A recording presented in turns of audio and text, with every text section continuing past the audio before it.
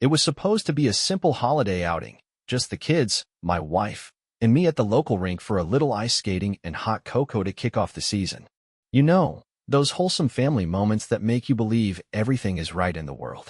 But as with most of my perfect plans, things had a habit of going awry, and this one started with a peculiar discovery. That morning, I'd been cleaning out the garage. I was going through some old boxes of things we hadn't touched in years when I found it. Her jacket. Her fancy, woolen coat that I was sure had been lost, tucked away behind a stack of old holiday decorations. I stared at it for a moment, the soft fabric still smelling faintly of perfume, a scent I recognized all too well. But it was where I found it that made my stomach turn. It wasn't just shoved in a corner, it was wedged into a bag, under a pile of unused bags and coats. It was so out of place, it screamed secrets I wasn't supposed to know. I knew something was wrong. This wasn't the jacket of a woman who had just forgotten where she put it. It was the kind of careless act that seemed to say, "Don't look, don't ask." And that was it. The perfect holiday I had envisioned, our family on the ice, laughing together, making memories, was starting to melt away under the weight of a single, forgotten jacket. I walked into the living room, the coat in hand, and felt a heaviness settling in my chest. Sarah and Jake were in the kitchen, rummaging through cookie dough for the ice skating outing. Claire, my wife, was in the bathroom, getting ready. I stood there, staring at the coat, waiting for something, anything, to give me an explanation. But nothing did. Only a growing pit of dread. I put the coat back in its hiding spot and pretended like I hadn't just found something that shattered the illusion of my marriage. For the sake of the kids, I tried to keep the fake smile plastered on my face, but I knew something had shifted.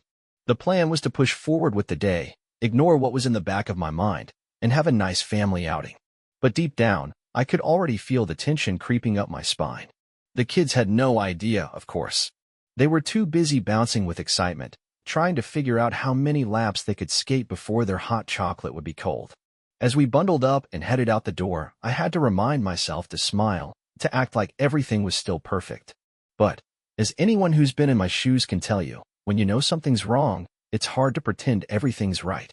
I couldn't shake the feeling that the discovery of that jacket, where it had been hidden, was just the tip of the iceberg. Something told me that the perfect holiday ice skating trip was about to turn into something far more complicated.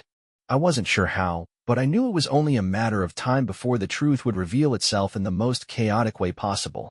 We arrived at the rink, and as I laced up my skates, Claire's smile seemed a little too bright, her laughter a little too forced. She didn't know I'd seen it yet.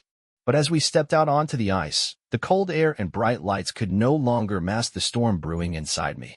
And that was when it all started to unravel. The kids were skating ahead, their little laughter echoing through the rink, and Claire turned to me, a soft, casual smile on her face. "Everything okay?" she asked. It was the kind of question that sounded innocent, but I heard the unspoken question between the words. Could she pull this off? Could she keep the act up? I stared at her for a moment, trying to find the right words. But nothing felt right. Instead, I gripped the side of the rink, trying to steady myself as the ice beneath me seemed to shift. She was hiding something, and I could feel it more than ever now. But instead of confronting her right there, I did what any man would do, turn the other way, glide into the chaos of family fun. After all, we still had the whole day ahead of us. But as we moved deeper into the holiday cheer, I knew one thing for certain: this outing was just the beginning. The next few days were a blur. I tried to convince myself that I was overreacting, that maybe I had misread the whole situation with the coat. After all, Claire had always been the meticulous one, always keeping things in their place, always having her act together. I wanted to believe that the coat was just a coincidence, that I was reading too much into it. But that nagging feeling in the back of my mind wouldn't go away, no matter how much I tried to ignore it. I spent the next week avoiding Claire as much as I could. She'd be in the kitchen, doing the things she always did, talking about how her day went at work, and I'd nod along, pretending I wasn't thinking about the coat or wondering why she had been so secretive. The kids noticed the tension, of course. Sarah would ask if everything was okay with Mom and Dad, and I'd smile and tell her everything was fine. I wasn't sure if I was convincing myself or her, but I had to keep up the appearance of normalcy. It was for the kids. That's what I told myself, over and over. But every time I was near Claire, I couldn't shake the feeling that something was off.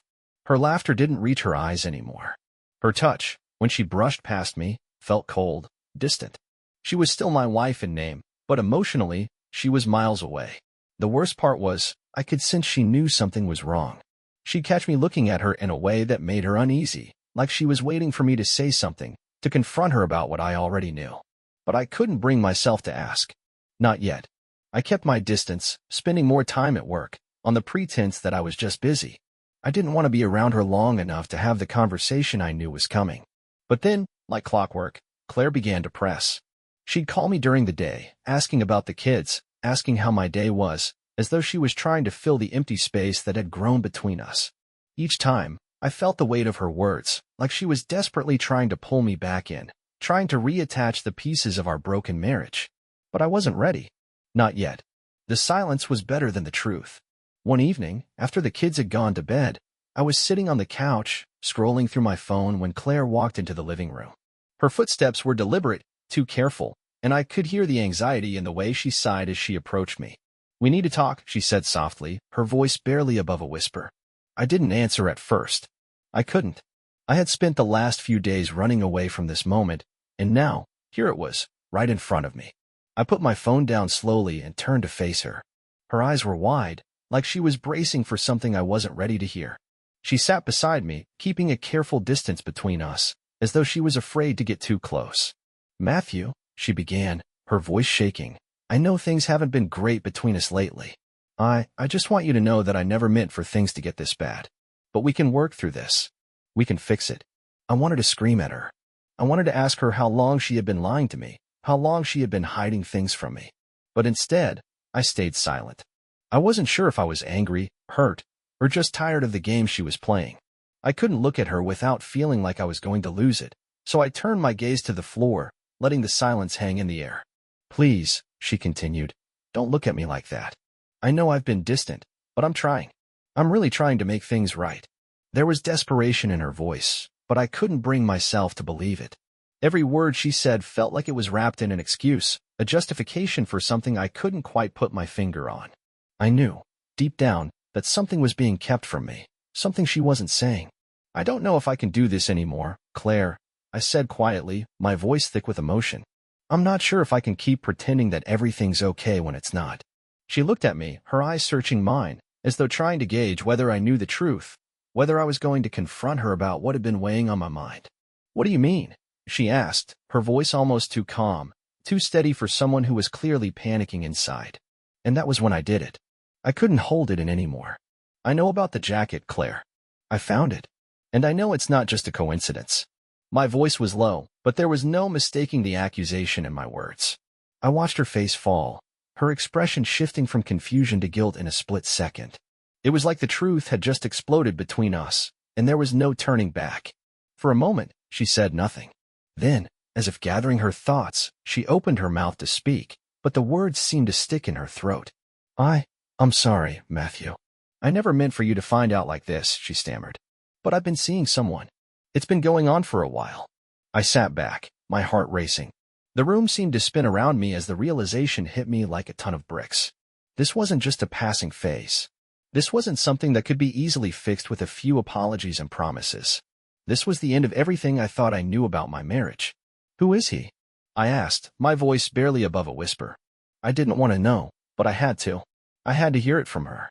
She hesitated, her eyes flickering to the door as though she might run away from the conversation altogether. But then she sighed, defeated. "It's Jason. From work.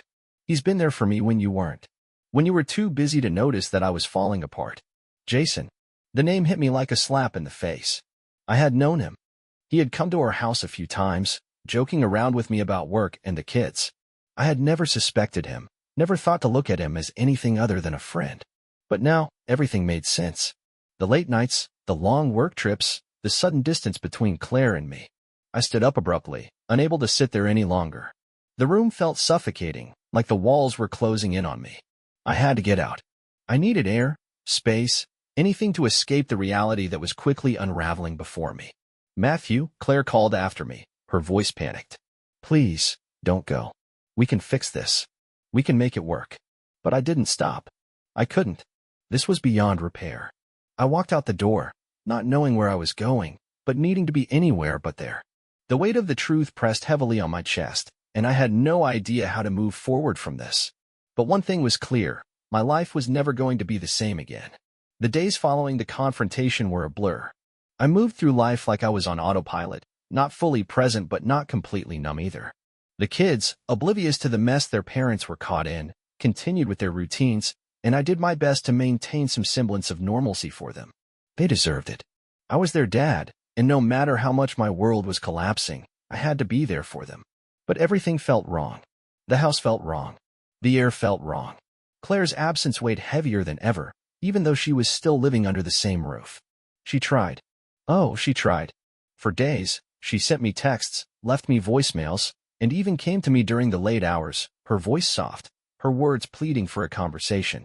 She wanted to talk, to explain herself, to make me understand why everything had happened. But I wasn't ready for any of it. How could I be? How could I look her in the eyes and pretend that nothing had changed? How could I listen to her when I knew everything she had said, everything she had promised, had been a lie? At first, I didn't respond. I wasn't ready to hear her excuses, and I wasn't ready to forgive her. Every time she tried to reach out, I would turn away, shutting myself off from her, from the mess that was now my life. She'd come into the room, her eyes full of regret, her voice quivering with the weight of guilt, but I couldn't bring myself to look at her. I was too angry, too hurt. Each time she spoke, all I could think was that none of it mattered anymore. Nothing she said would take back what she had done, and nothing would fix what had been broken. A week passed, and the silence between us became unbearable. Claire would stand in the doorway, waiting for me to acknowledge her, but I couldn't find the words. I wasn't ready to have that conversation. I couldn't tell her I was still angry, because the truth was, I was terrified. I was terrified of losing the family I had worked so hard to build, terrified of the unknown, terrified of what would happen if I allowed myself to open up and let her back in. But at the same time, there was a part of me that was still clinging to the hope that maybe, just maybe, things could be fixed. I wasn't ready to give up, but I wasn't sure how much more of this I could take. One night, I was lying in bed, staring at the ceiling, when Claire came into the room, a hesitant figure in the doorway. Her presence was like a shadow, looming over me, and for a moment, I couldn't breathe. "Matthew, please," she whispered, her voice breaking the silence like a soft plea. "We need to talk. I can't keep doing this silence between us. It's eating me alive." I didn't answer right away. Part of me wanted to tell her to leave, to tell her I couldn't talk to her anymore, that I couldn't keep pretending everything was okay. But another part of me, the part that was still holding on, urged me to listen, to hear her out. I turned over, facing her, but I didn't speak. My silence seemed to hang between us like a wall, unspoken and thick with the weight of everything we hadn't said. She sat down on the edge of the bed, her hands trembling in her lap, her eyes avoiding mine. "I've been a fool, Matthew," she began, her voice low and raw. "I've been selfish. I was looking for something outside of us, something that I thought was missing, but I was wrong. I've hurt you, and I know I can never take that back. But I want to try. I want to try to make things right." I wanted to believe her. God, I wanted to. I wanted to believe that this was just a moment of weakness, that she had lost her way, and that somehow, with time, we could rebuild. But in my heart, I knew I wasn't ready to forgive her yet. I wasn't ready to look at her and pretend everything would just go back to the way it was before. It wasn't just the affair, it was the lies, the distance that had grown between us over the years, the way she had checked out long before any of this happened. It was the emotional neglect I had felt, the loneliness I had carried silently for so long. "You're asking me to forget everything," I said, my voice quieter than I intended. "But how can I forget, Claire? How can I just move on from all of this?" Her face crumpled, the tears that had been building in her eyes finally spilling over. "I don't expect you to forget, Matthew. I don't expect you to forgive me right away. But I just want you to know how sorry I am. I never wanted to hurt you. I never wanted to betray you." I looked at her, really looked at her, and for the first time in days, I saw the woman I had once loved. But it was too late. The woman who sat before me now was someone different. Someone who had made choices that had torn us apart. Someone who had chosen someone else over me, over our family. I didn't know if I could ever find my way back to that woman, the one who was my partner, my best friend, the woman I thought I would grow old with. "I don't know if I can do this," I whispered. "I don't know if I can be the man who forgives you." She nodded, her eyes swollen from crying, and for a moment, we just sat there in silence. I didn't know what else to say. There was nothing left to say. We had reached the point where words had lost their meaning, where every apology seemed hollow, every explanation a desperate attempt to make things right. But it was too late for that. We couldn't go back. We couldn't undo what had been done. The next few days were filled with more silence. Claire tried reaching out again, but this time, I didn't respond. I couldn't. I was drowning in the pain of betrayal, and I wasn't sure how to come up for air. I started spending more time away from home, diving into work or taking long walks through the neighborhood. I needed space. I needed time to think. But most of all, I needed to figure out how to live with the truth that everything I had built had been shattered by the one person I trusted the most. It was a strange feeling, this distance. It wasn't just physical, it was emotional, like we were living parallel lives that no longer intersected. I could see her in the kitchen, preparing dinner for the kids, but she felt like a stranger. I would watch her from across the room, and it was like looking at someone I had never known. The connection we once had was gone, and in its place was this unbearable silence. She didn't know how to fix it, and neither did I. And so, the days passed. We coexisted. We did what we had to do for the kids. But deep down, I knew there was no turning back. Our marriage was a house built on a cracked foundation, and no matter how hard we tried, the walls were crumbling. It wasn't just her affair that had torn us apart. It was everything that had led to it. It was the years of growing apart, of neglecting each other in small, subtle ways until we couldn't even recognize the people we had become. The next time she came to me, I didn't know if I would have the strength to face her. But deep down, I knew I had to. The next chapter of our lives was waiting, and it wasn't one I was ready for. It had been weeks since I last had a real conversation with Claire. The house felt empty, like a hollow shell of what it used to be. I continued to bury myself in work, spending as little time at home as possible, even on weekends. The kids were starting to notice. They asked about Mom a lot, and every time they did, I found myself at a loss for words. I couldn't tell them the truth. I couldn't tell them that their mother had been with someone else, that the person they looked up to had betrayed me in a way I couldn't even explain. So I avoided the subject, pushed it aside, and told them she was just busy. They were too young to understand, and part of me hoped they never would. But there came a moment, a day like any other, when everything shifted. I was out running errands, trying to clear my head and figure out what I was supposed to do with my life now, when I ran into Claire. It wasn't planned. We hadn't spoken in days, hadn't even shared a room unless absolutely necessary. I wasn't expecting to see her, but there she was, standing in the parking lot of a small cafe near our neighborhood. Her face was pale, her hair pulled back in a messy bun, and she looked as though she hadn't slept in days. There was something about her, something raw and vulnerable in the way she stood there, like she was waiting for me, waiting for something to change. I didn't approach her at first. I stood there, my car door in hand, staring at her from across the lot. My heart was racing. Part of me wanted to run in the other direction, to climb back into my car and pretend I hadn't seen her. But I couldn't. I had to know what she wanted. I needed to understand what was going through her mind. The last time we had spoken, we had barely made it through the conversation without tearing each other apart. There was so much left unsaid between us. And as much as I hated it, I knew I couldn't keep running forever. With a deep breath, I closed the door to my car and made my way across the lot toward her. Claire's eyes locked on mine the moment I started walking, and I saw the flicker of hope in her gaze. She took a step forward, her hands trembling slightly as she smoothed down her jacket. It was as if she was about to speak, but the words weren't coming. For a moment, we just stood there in the cold, the tension between us thick and palpable. Neither of us knew where to start. "I didn't expect to see you here," I finally said, my voice quieter than I intended. I felt a wave of discomfort wash over me as I spoke, as though the simple act of acknowledging her presence was somehow betraying myself. But I couldn't avoid it any longer. I had to face her. I had to face what had happened. "I know," she replied, her voice just as fragile as her appearance. She looked at me like she had something to say, but was unsure if she should. "I've been trying to find a way to talk to you, Matthew. I've been calling, texting, but you won't answer." I looked at her, trying to read the expression on her face. There was no anger there, no defensiveness, just regret. But regret wasn't enough. It wasn't going to fix what had happened, and it certainly wasn't going to fix the damage done. "You don't get to just walk back into my life, Claire," I said, my words coming out harsher than I intended. But the frustration, the anger, and the hurt had been building for so long. I couldn't keep it bottled up anymore. "I'm not your backup plan. I'm not just going to forgive you because you finally realize you made a mistake." She flinched at my words, her eyes dropping to the pavement beneath her. "I don't expect you to forgive me, Matthew. I'm not asking for that," she said quietly, her voice trembling. I just need you to hear me out. For once. Can you do that?" There was something in her voice that made me pause. It wasn't just the desperation. It was something deeper, something more genuine.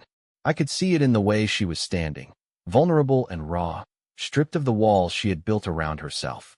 For the first time in weeks, I wasn't sure what to say. I didn't know if I wanted to listen, if I was ready to hear her side of things. But as I stood there, looking at her, I realized that I had been avoiding this conversation for far too long. I had been running, hiding from the truth, and it was time to face it. "Fine," I said, my voice softer now. "Let's talk." She looked up at me, a mix of relief and sadness washing over her face.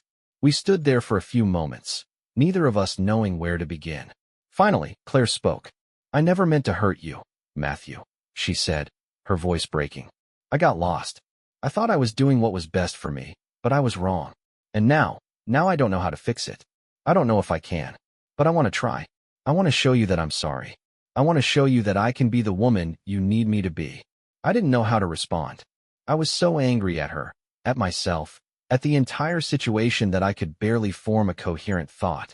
But as I stood there, staring at her, I realized something. She was no longer the woman I had married. The woman I had spent years building a life with was gone, and in her place was someone I didn't recognize. But the truth was, I wasn't sure if I even recognized myself anymore. "I don't know if I can trust you again, Claire," I said finally, my voice thick with emotion. "I don't know if I can believe anything you say after everything that's happened." She nodded, tears welling up in her eyes. "I know," she whispered. "I know, but I'll spend the rest of my life proving that I can be better, that I can make up for everything I've done. I just need a chance.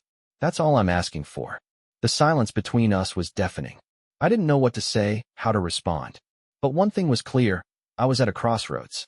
Everything in my life had been turned upside down, and now I had to decide whether or not I could live with this new version of Claire. Could I forgive her? Could I learn to trust her again?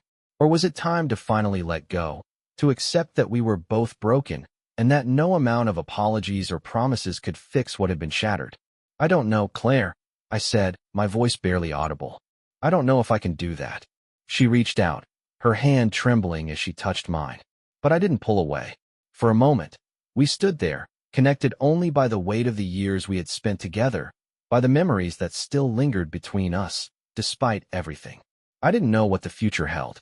I didn't know if we could ever go back to what we once had. But one thing was certain. This was just the beginning of something new. And whether we would face it together or apart, I couldn't say.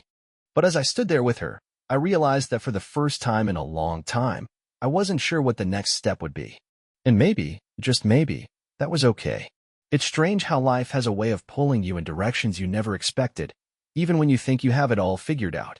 I spent so many days after that conversation with Claire trying to figure out what I was supposed to do next. Should I hold on to the past, to what we used to have, and give her another chance, or should I let go of the broken pieces of our marriage and start over? I couldn't find the answer.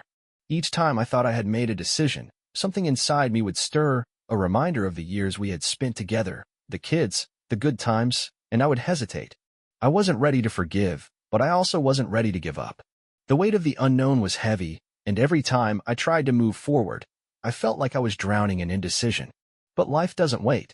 The kids were growing, their laughter and questions about where Mom and Dad were in the house filling the silence Claire and I had created.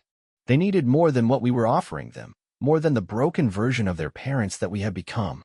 And I realized something, that no matter how much pain Claire had caused me, no matter how much I had been betrayed, I had to figure out how to move forward, not just for my sake, but for theirs. They deserved better than a household filled with unspoken hurt and regret. So, I did what I could to make things easier. I focused on the kids, spent time with them, took them to the park, helped them with school projects. I did my best to be present, even though my mind was constantly tugged in different directions. The days felt longer, more drawn out than they had before, like I was trying to fit my life back together piece by piece. But the pieces didn't quite fit anymore. Claire didn't give up. Every day she made small gestures, cooking meals, helping with the kids, asking how I was doing. It wasn't much, but it was a start. She was trying to show me she still cared, that she still wanted to be part of this family. And in the quiet moments, when she didn't know I was watching, I could see it, the effort she was putting in. There were no grand gestures, no sweeping declarations, just the quiet, consistent attempt to prove that she was willing to work for the life we once had. But the truth was, I wasn't sure if I could ever trust her again. I wasn't sure if I could ever look at her and forget what had happened, or if I even wanted to. A few weeks after that day in the parking lot, I found myself sitting at the kitchen table late at night, the kids tucked into bed, my hands wrapped around a warm mug of coffee. Claire was sitting across from me, her eyes focused on the table, her fingers nervously tracing the edge of her cup. She didn't look up when she spoke, but I could hear the honesty in her voice, the vulnerability that was there every time she spoke to me now. "I'm sorry, Matthew. I know I've hurt you. I can't take that back, but I want you to know that I'm trying. I'll keep trying, even if it's not enough. Even if we don't ever go back to the way things were, I just need you to know that I'll always be here. For you. For the kids. I just need you to see that. I don't want to lose everything because I made a mistake. I know it doesn't mean much right now, but I'm sorry." The words hung in the air between us, thick with years of regret, but also something else, something fragile and tentative. I could see it in her eyes. It wasn't a promise that everything would be okay, or that we would go back to being the couple we once were. It was just the raw acknowledgement of where we were now. And in that moment, as I sat there, watching her, I realized something. Maybe there was no going back. Maybe there was no way to repair what had been broken. But that didn't mean we couldn't move forward, together or apart.